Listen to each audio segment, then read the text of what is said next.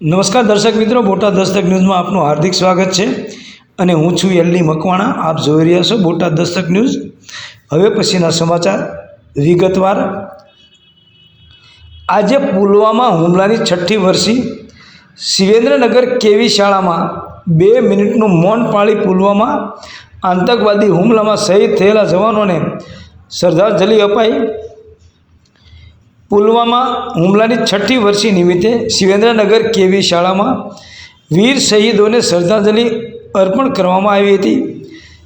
14 ફેબ્રુઆરી 2019ના રોજ જમ્મુ કાશ્મીરના પુલવામા થયેલા આતંકવાદી હુમલામાં 40થી વધુ CRPF જવાનો શહીદ થયા હતા, જેમને યાદ કરવા માટે શાળાના વિદ્યાર્થીઓએ 2 મિનિટનું મૌન પાળ્યું હતું. આ દિવસને બ્લેક ડે તરીકે પણ યાદ કરવામાં આવે છે, જ્યારે આતંકવાદીઓએ વિસ્ફોટક ભરેલા વાહન વડે CRPFના કાફલા પર હુમલો કર્યો હતો. આ ઘટનાએ સમગ્ર દેશને હચમચાવી નાખ્યો હતો અને અનેક પરિવારો નિરાધાર બન્યા હતા. શાળાના શિક્ષકોએ વિદ્યાર્થીઓને દેશ માટે બલિદાન આપનાર વીર જવાનોની શહાદતનું મહત્ત્વ સમજાવ્યું હતું. આ કાર્યક્રમ દ્વારા વિદ્યાર્થીઓમાં દેશભક્તિની ભાવના જાગૃત કરવાનો અને શહીદોના બલિદાનને યાદ રાખવાનો પ્રયાસ કરવામાં આવ્યો હતો. દર્શક મિત્રો, આ દિવસે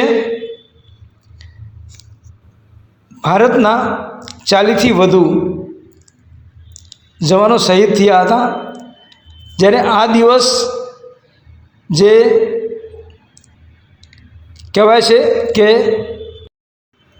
પહેલાં વેલેન્ટાઇન ડે તરીકે ઉજવાતો હતો, પરંતુ જ્યારથી પુલવામા હુમલો થયો ત્યારથી આ દિવસને બ્લેક ડે પણ માનવામાં આવે છે, જે ખરેખર હવે જે વેલેન્ટાઇન ડે ઉજવતા હોય એ લોકો ખરેખર મૂર્ખ લોકો છે અને વેલેન્ટાઇન ડે ન ઉજવવો જોઈએ. આ દિવસને બ્લેક ડે તરીકે ઉજવવામાં આવે તો દેશનું ગૌરવ કહેવાય. Botad Dastak news, LD Makwana, Botad.